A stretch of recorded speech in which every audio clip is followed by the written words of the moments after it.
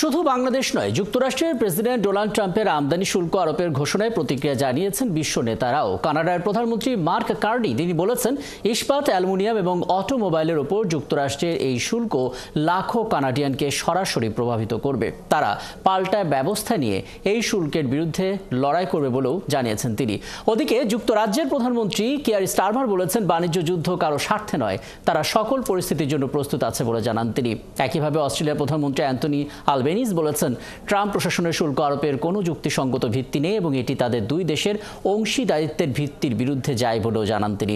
এছাড়া দক্ষিণ কোরিয়ার ভারপ্রাপ্ত রাষ্ট্রপতি হ্যান ডাকসু বলেছেন, বিশ্বব্যাপী বাণিজ্য যুদ্ধ বাস্তবায়নে পরিণত হওয়ায় সরকারকে বাণিজ্য সংকট কাটিয়ে উঠতে তার সমস্ত সক্ষমতা নিক্ষেপ করতে হবে। ইতালির প্রধানমন্ত্রী জর্জিয়া মেলোনি বলেছেন, তারা যুক্তরাষ্ট্রের সাথে একটি চুক্তি নিয়ে কাজ করার জন্য যথাসাধ্য চেষ্টা করবে।